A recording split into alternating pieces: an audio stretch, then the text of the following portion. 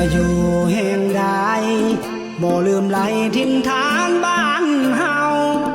คิดฮอดทงนาป่าเขาภูมิลำเนาบ่อนเคยอาศัย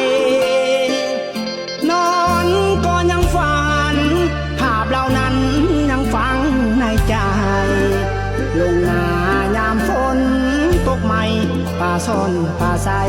สุขใจแท้นาจากบ้านเฮามาอยู่สายขาเมืองหลวงกว้างใหญ่บ่ฮู้อีกนานเท่าใดจึงจะได้คืนถิ่นดินนาพ่อแม่สองเท่าป่านนี้เจ้าคงคอยห่วงหาลูกชายขอให้สัญญาจะกลับมาเยี่ยมยามถามข่าวคิดฮอดพาข้าวเพียงนาเก่าที่เคยห่วมกันยินเสียงแมงอีจากจันดังก็